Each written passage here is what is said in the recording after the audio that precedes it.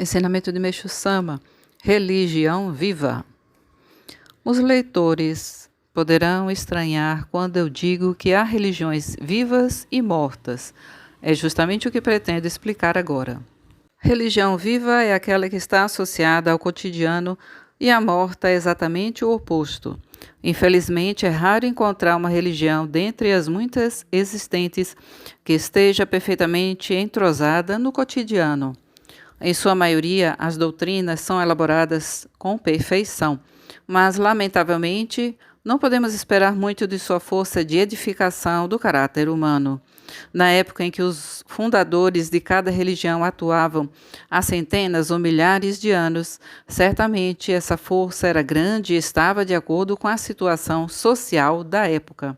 No entanto, sabemos que a capacidade de propagação dessas religiões foi enfraquecendo com o passar do tempo, até atingir a condição em que hoje elas se encontram. Não há o que se fazer, porque este é o curso natural das coisas, e isto não diz respeito apenas à religião, mas a tudo. Só que no caso da religião, esta situação demorou, mas finalmente ocorreu.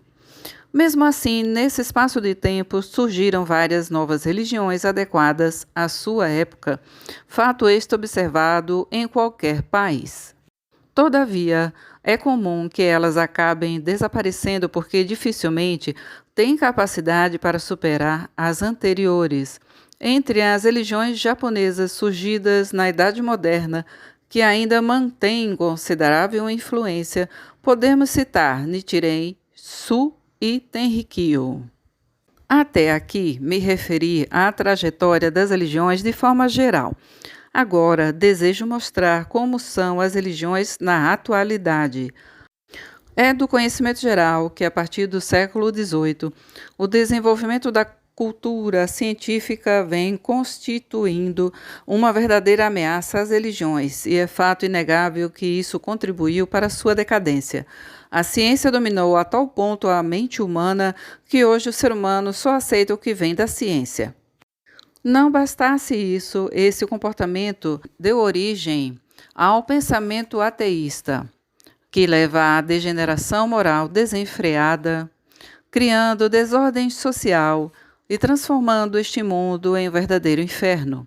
Ainda há religiões antigas que se esforçam para edificar o ser humano por meio de ensinamentos, os quais foram sendo aperfeiçoados após sua elaboração, centenas ou milhares de anos atrás.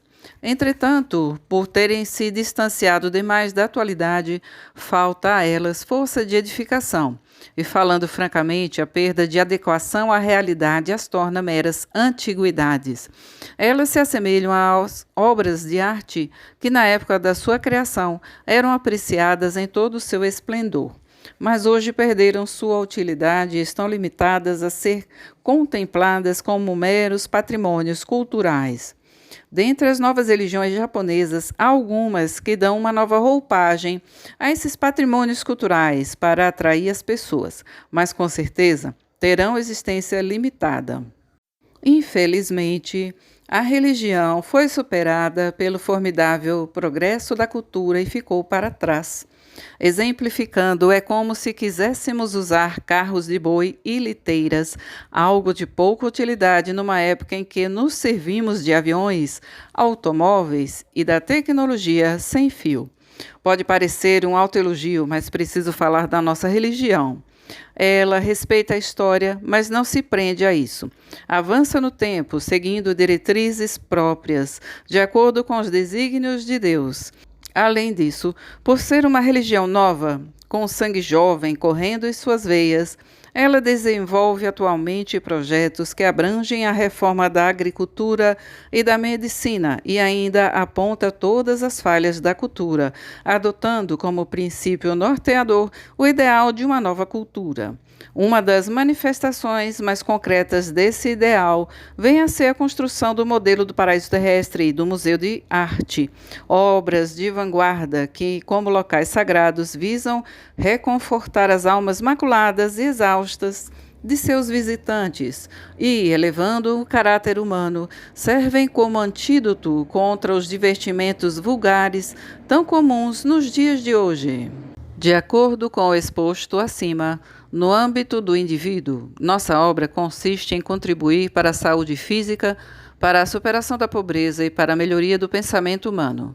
No âmbito coletivo, sua finalidade é criar uma sociedade alegre e sem preocupações. Sentimos-nos imensamente felizes ao saber que ultimamente nosso trabalho está sendo reconhecido pelos mais esclarecidos e tornando-se alvo de sua atenção. Embora no momento seja um trabalho de pequena escala, quando ele for ampliado em âmbito mundial, surgirá a partir do Japão o plano de um mundo ideal, repleto de paz e felicidade. Afianço que isso não é simplesmente um sonho. Portanto, que venha a ser uma verdadeira religião viva, senão a nossa, com todos esses exemplos. O que me deixa desapontado é a sociedade atual, que olha as novas religiões com indiferença e desprezo. Isso ocorre principalmente na classe intelectual, que mesmo quando tem contato com a nossa religião, geralmente evita expor o fato ao público. Entretanto, eu compreendo perfeitamente a razão desse comportamento. As religiões antigas geralmente contam com espantoso número de adeptos, mas estes, na maioria, são indivíduos de pouca cultura. Entre as religiões novas, há algumas que não despertam nenhum interesse devido às suas teorias e práticas excêntricas. Outras possuem em seus princípios componentes supersticiosos, em grande proporção, que o bom senso nos leva a rejeitar. Creio que essa situação não durará muito tempo, mas desejo que todas as pessoas envolvidas reflitam sobre o assunto. Há também os estudiosos de religiões que, para adaptar os antigos ensinamentos de santos, sábios e fundadores de religiões à época atual, os remodelam e dão a eles uma nova roupagem. Isso lhes confere uma aparência progressista e os torna de fácil aceitação pela classe intelectual, mas restam dúvidas quanto à sua utilidade para a vida prática.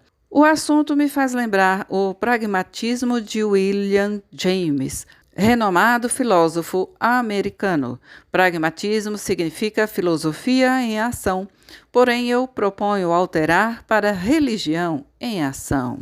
De 4 de novembro de 1953, extraído do livro Alicerce do Paraíso, volume 1.